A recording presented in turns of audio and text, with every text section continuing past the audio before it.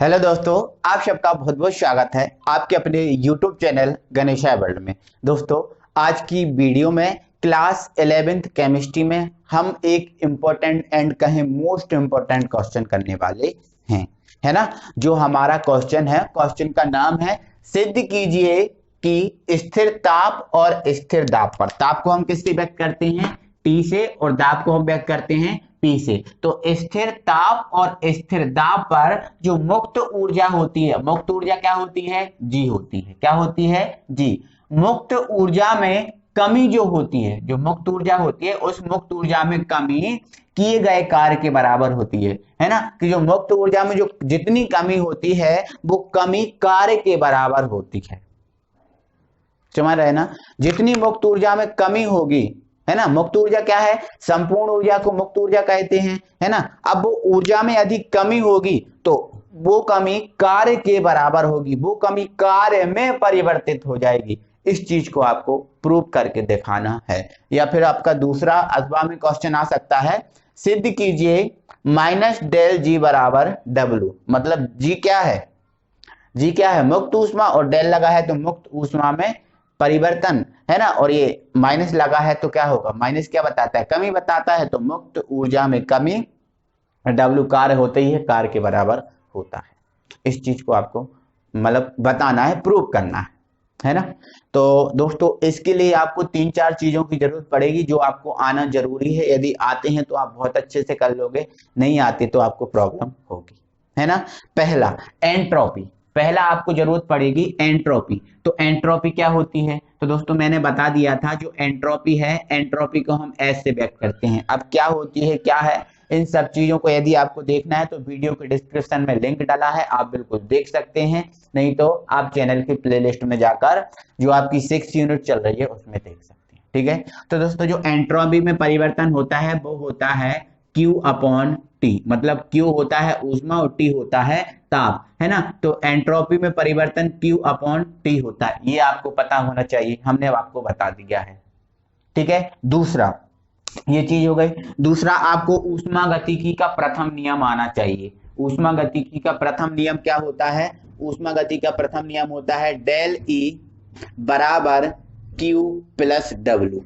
Q plus W, ये ऊष्मा गतिकी का प्रथम नियम होता है। अब यदि किया गया कार्य बाहरी है, किया गया कार्य कैसा है? बाहरी है, तो यहाँ पर प्लस डब्ल्यू की जगह आ जाता है माइनस डब्ल्यू। ये आपका ऊष्मा गतिकी का प्रथम नियम हो गया। 2 चीजें हो गई।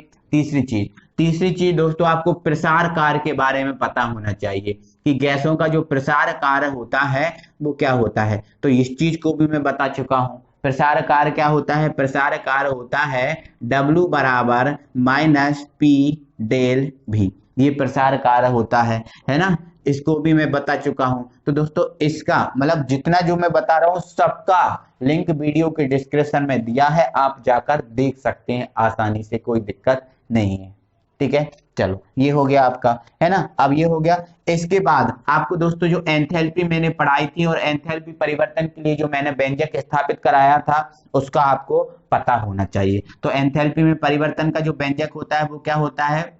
डेल एच बराबर del E plus P del भी, ये संबंध होता है। तो दोस्तों, यदि ये 4 चीजें आपको पता है, 4 चीजें आपको पढ़ के रखा है आपने, तो इस व्यंजक को कीजिए। अगर नहीं पढ़ा तो पहले इन 4 चीजों को पढ़िए, वीडियो के डिस्क्रिप्शन में लिंक दिया है ना, और फिर इसको पढ़िएगा आप, है ना। चलो स्टार्ट करते हैं, स्थापित करते हैं, इनको हम हटा देते हैं, ठीक है।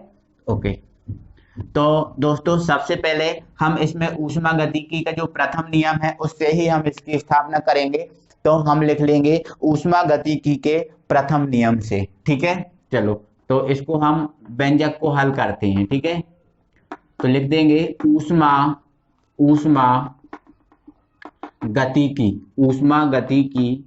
के प्रथम नियम से, ऊष्मा गतिकी के प्रथम नियम से, ठीक है। अब ऊष्मा गतिकी का प्रथम नियम दोस्तों क्या होता है? ये होता है डेल E बराबर Q प्लस डब्ल्यू। ये होता है ऊष्मा गतिकी का प्रथम नियम, ठीक है। लेकिन हम बाह्य कार्य के लिए कर रहे हैं, क्योंकि जो कार्य होता है हमेशा बाहर की ओर होता है। हमेशा बाहर की ओर होता है, और जब कार्य बाहर की ओर होता है तो W प्लस में नहीं, किस में होता है, माइनस में। तो आप यहां लिख दोगे यदि किया गया कार्य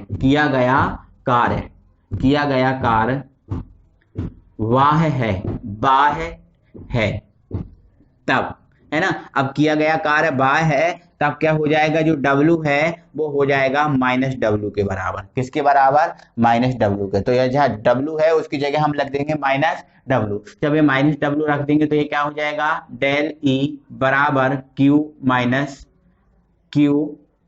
माइनस W, है ना, ये हो जाएगा, है ना। अब दोस्तों यहां से हम Q का मान निकालेंगे, किसकी वैल्यू निकालेंगे, Q की। तो जो W है, जो माइनस का W है, इसको आप इस तरफ ले जाओ, तो इस तरफ ले जाएंगे तो ये हो जाएगा डेल E, तो पहले से ही है, अब ये W इधर पहुंच गया तो प्लस W बराबर क्या हो जाएगा, Q, है ना। या फिर हम इसको कैसा लिख सकते हैं, Q बराबर डेल E प्लस W, ये आपका आ गया। इसको आप समीकरण नंबर 1 कीजिएगा। अब हमने इसमें से किसका मान निकाल लिया, Q का मान निकाल लिया, है ना। अब आगे आपको क्या करना पड़ेगा, इस W का मान रखना पड़ेगा। किसका मान, W का मान रखना पड़ेगा। तो दोस्तों एक चीज और याद रखना कि जो कार्य होता है वो एक सदिश राशि है। कैसी राशि है, सदिश राशि। मतलब ये धनात्मक भी हो सकती है, ऋणात्मक भी हो सकती है। मतलब सीधी सी बात ऐसा कहें, कार्य की दिशा होती है, कार्य की क्या होती है, दिशा होती है ना। चलो इतना समझ गए। अब दोस्तों जो कार्य होता है, ये कार्य दो कार्यों के बराबर होता है। देखो कार्य प्रसार कार्य भी हो सकता है, जैसे मान के चलो इस पात्र में गैस भरी है, इस पात्र में क्या भरी है, गैस भरी है। अब ये गैस यहाँ तक भरी हुई है, यहाँ तक भरी है ना। तो इस जो गैस है इसको कोई कार्य नहीं करना पड़ रहा, कुछ भी कार्य नहीं करना पड़ रहा, तो इसका कार्य क्या होगा, W होगा। क्या होगा, W होगा, है ना। और प्रसार को इंग्लिश में बोलते हैं एक्सटेंड। प्रसार को इंग्लिश में हम क्या बोलते हैं, एक्सटेंड। अब ये गैस यहाँ तक भरी हुई है, पहले से ही भरी है, तो इसको कोई कार्य नहीं करना पड़ रहा, तो ये जो कार्य होगा वो कार्य होगा अप्रसार कार्य, क्योंकि इसको प्रसार हो ही नहीं रहा, है ना, इधर तक ही भरी है ना, इसका प्रसार हो ही नहीं रहा। तो ये कौन सी मतलब इसमें जो कार्य होगा वो कौन सा कार्य होगा, अप्रसार कार्य होगा। और अप्रसार कार्य को इंग्लिश में हम बोलते हैं नॉन एक्सपेंड, है ना, नॉन एक्सपेंड। पूरा नहीं लिख रहा हूं, नॉन एक्सपेंड, ठीक है। अब ये तो आप समझ गए। अब यदि हो सकता है जो गैस है, ये गैस प्रसारित होकर यहाँ तक पहुंच जाए, ये गैस है प्रसार हो जाए, इसका ये बढ़ जाए, तो इधर से लेकर वो यहाँ तक पहुंच जाए, तो इसका ये प्रसार होगा। क्या होगा, प्रसार। तो गैस को प्रसार होने में कुछ कार्य करना पड़ेगा कि नहीं, बोलो, करना पड़ेगा। तो यहाँ से यहाँ तक जो कार्य करना पड़ेगा वो कार्य कहलाएगा प्रसार कार्य। कौन सा कार्य, प्रसार कार्य। और प्रसार कार्य को हम कार्य को हम किससे व्यक्त करते हैं, W से। और प्रसार का मतलब एक्सटेंड, प्रसार को इंग्लिश में बोलते हैं एक्सटेंड।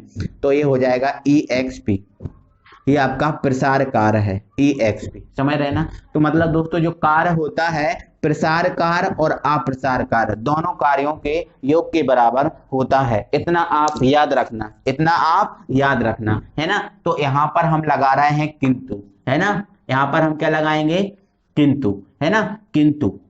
तो जो किंतु जो कार्य होता है वो किस किस के बराबर होता है, WEXP मतलब प्रसार, एक्सटेंड, है ना, एक्सटेंड। तो यहाँ पर EX अकेला लिख दो, ये एक्सपेंड भी बोलते हैं इसको, ठीक है। चलो अब अप्रसार को नॉन एक्सपेंड, है ना, तो क्या हो जाएगा, W नॉन मतलब अप्रसार, है ना, नॉन एक्सपेंड मतलब नॉन, और ये EX हो गया, नॉन EX, समझ रहे हैं ना। तो जो कार्य होता है प्रसार और अप्रसार कार्य का योग होता है, ये क्लियर है ना। अब किंतु दोस्तों हमने एक बार और किंतु लगा रहा है, ये आपने किंतु लगा दिया, एक बार और हम फिर से किंतु लगा रहे हैं, है ना। तो दोस्तों समझो जरा, है ना, किंतु फिर से हम किंतु लगा रहे हैं। किंतु दोस्तों हमने जो प्रसार कार्य निकाला था, गैसों का प्रसार कार्य निकाला था, वो क्या था, ये था W बराबर minus P del V। W बराबर क्या था, माइनस P डेल V, ये था, बोलो था कि नहीं, ये निकाला था, ठीक है। लेकिन ये तो प्रसार कार्य है, कौन सा कार्य है, प्रसार कार्य है ना। और यदि इसको संख्यात्मक तौर पे देखें तो संख्यात्मक तौर पे माइनस प्लस नहीं लगाते ना, है ना, तो हम यहाँ पर लिख देंगे संख्यात्मक मान। देखो ये होता है तो हम यहाँ पर कौन सा मान लिख रहे हैं, संख्यात्मक मान, संख्यात्मक मान, ये आप लिख देना, ठीक है। तो ये प्रसार कार्य है तो क्या मैं WEX लिख दूं इधर, है ना, और ये संख्यात्मक तौर पे ले रहा है तो ये माइनस हट जाएगा और ये हो जाएगा P डेल V। इतना समझ गए, कोई दिक्कत है। अब एक काम करना मेरे दोस्तों, ये जो मान है ये उठा के आप इसमें रख देना, ये जो मान है WEX का ये उठा के इसमें रख देना, है ना। तो WEX की जगह रख देना P डेल V, इधर रख देना आप P डेल V। रख दूं क्या, चलो रखता हूं, ठीक है। तब तो मैं यहाँ कर दे रहा हूं, है ना। तब W बराबर क्या हो जाएगा, EX, जो WEX है इसका मान P डेल V है ना, तो ये रख दिया P डेल V, है ना। और इधर क्या है आपका W non EX, W non EX, ये हमारा चल ही रहा है तो इसमें मैंने उठा के रख दिया, तो ये हो गया आपका, ये वाली कंडीशन आ गई, ठीक है। अब दोस्तों जो W का मान मिला है आपको, W बराबर क्या आ गया, P del V plus W non express, ये मिला है। इस मान को उठा के आप रख दो समीकरण 1 में, समीकरण 1 में, तो समीकरण 1 है ना ये, तो आप लिख दोगे W का मान समीकरण 1 में रखने पर, है ना, तो रख दो समीकरण 1 उतार लो, क्या है, Q बराबर डेल E प्लस W, यही है ना, ठीक है। ये मान उठा के रख दो, है ना, तो रख दें, तो ये Q है ना, और ये डेल E तो ज्यों करते हुए, और W का मान ये है तो plus P del V, W की जगह हम ये रख रहे हैं डेल V, ठीक है, plus W non EX, W non EX express, ठीक है। एनी प्रॉब्लम, ठीक है, इतना समझ गए आप, कोई दिक्कत है, कोई दिक्कत नहीं, है ना। अब दोस्तों मैं आगे फिर से किंतु लगा रहा हूं, फिर से किंतु, इसके बाद में एक किंतु और लगा रहा हूं, है ना, समझिएगा, है ना। तो मैंने लिख दिया किंतु, है ना।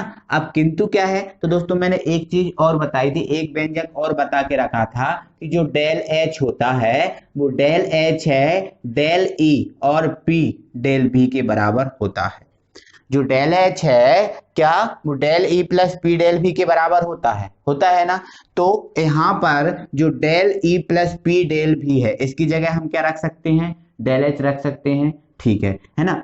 अब ये हमने रख दिया, तब क्या बन जाएगा, तब हमारा बन जाएगा, देखो ये तो हमारा Q है ना, और इसकी जगह हमने क्या रख दिया, डेल H, तो ये हो गया आपका del H plus W non express, है ना, W non express, W non EX, okay express, okay. चलो इधर तक आप समझ गए, कोई दिक्कत है नहीं, ठीक है। अब आगे बढ़ जाओ, आगे बढ़े क्या दोस्तों, हाँ। तो अब देखो, आप दोस्तों मैं इसके बाद एक और किंतु लगा रहा हूं, है ना। किंतु हमने दोस्तों जो एंट्रोपी परिवर्तन पढ़ा था, वो एंट्रोपी परिवर्तन किसके बराबर होता था, आवेश और ताप का अनुपात होता था कि नहीं, बिल्कुल होता था। तो यदि मैं यहाँ से Q का मान निकालूं तो T को मैं यहाँ भेज दूंगा, जब T को यहाँ भेज दूंगा, सॉरी T को यहाँ भेज दूंगा, तो ये Q बराबर हमारा क्या हो जाएगा, T डेल S हो जाएगा क्या, तो ये T डेल S हो गया, है ना। तो ये जो Q का मान आपने निकाला है, ये इसको आप क्या करना, समीकरण नंबर 2 कर देना, समीकरण नंबर 2। तो आपने जो Q का मान निकाला है उसको आप रख देना समीकरण नंबर 2 में, है ना। तो लिख देना Q का मान समीकरण 2 में रखने पर, ठीक है। तो समीकरण 2 ये है, तो इसमें डायरेक्ट रख दो, Q की जगह हम क्या रख देंगे, T डेल S, तो ये Q है ना, तो Q की जगह आप रख दो T डेल S, रख दिया, है ना। अब आपका क्या आ गया, इधर पे क्या है, डेल S रहने दो, और इधर क्या है, प्लस W नॉन EX हो गया। अब आपको क्या करना है दोस्तों, कि जो आपका W नॉन X है इसको आप इस तरफ ले जाओ बराबर के, और इसको आप बराबर के इस तरफ ले जाओ। तो अब ये प्लस का है, इस तरफ जाएगा तो माइनस का हो जाएगा, ये भी प्लस का इस तरफ आएगा तो ये माइनस का हो जाएगा, ठीक है। चलो इसको मैं यहाँ पर सॉल्व करा रहा हूँ, ठीक है। तो W को मैं उस तरफ ले गया तो क्या हो गया, माइनस W नॉन EX हो गया। अब इधर देखो, ये तो इस तरफ चला गया तो माइनस का हो गया, अब डेल H तो ये इस तरफ ही है ना, ठीक है पहले से ही। अब ये टी डेल एस इस तरफ आया तो ये काय का हो गया, माइनस का, तो टी डेल एस है ना। अब एक दोस्तों मैंने जो एंट्रोपी पढ़ाया था, हाँ मैंने जो एंट्रोपी जो मैंने मुक्त ऊष्मा पढ़ाया था, कौन सी ऊष्मा, मुक्त ऊष्मा। अभी इसके पहले वीडियो में मैंने गिब्स हेल्महोल्ट्ज समीकरण बताया था, गिब्स हेल्महोल्ट्ज समीकरण बताया था। तो यहाँ पर जो गिब्स हेल्महोल्ट्ज समीकरण होता है वो क्या होता है, तो आप किंतु लगा देना यहाँ पर, है ना। किंतु क्या होता है गिब्स हेल्महोल्ट्ज समीकरण, डेल जी बराबर del H minus T del S. क्या ये गिब्स हेल्महोल्ट्ज समीकरण होता है, बिल्कुल होता है।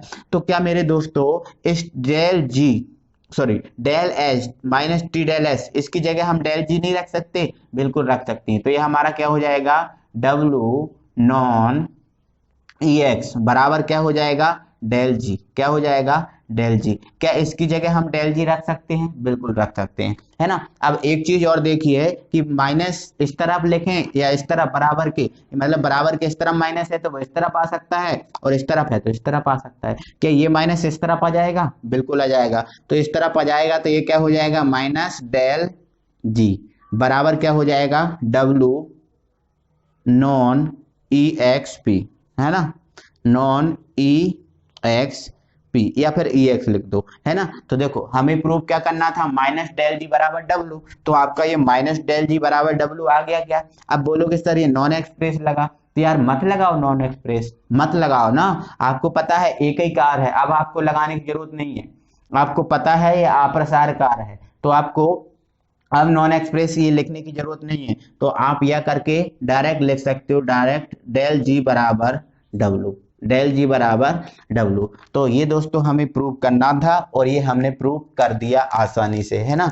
तो आई होप दोस्तों कि आपको ये अच्छे समझ में आ गया होगा एक एक चीज, क्योंकि मैं इसने स्पीडली चलाई नहीं हूँ, बहुत आराम से चला हूँ, ठीक है। चलो तो आई होप दोस्तों कि ये समझ में आ गया है। तो दोस्तों प्लीज वीडियो को लाइक करें, अपने दोस्तों को शेयर करें, और अभी तक आपने हमारे चैनल को सब्सक्राइब नहीं किया है तो प्लीज चैनल को सब्सक्राइब करके बेल आइकन को ऑन कर लें। अगली वीडियो में हम फिर आपसे मिलते हैं, तब तक के लिए थैंक यू वेरी मच।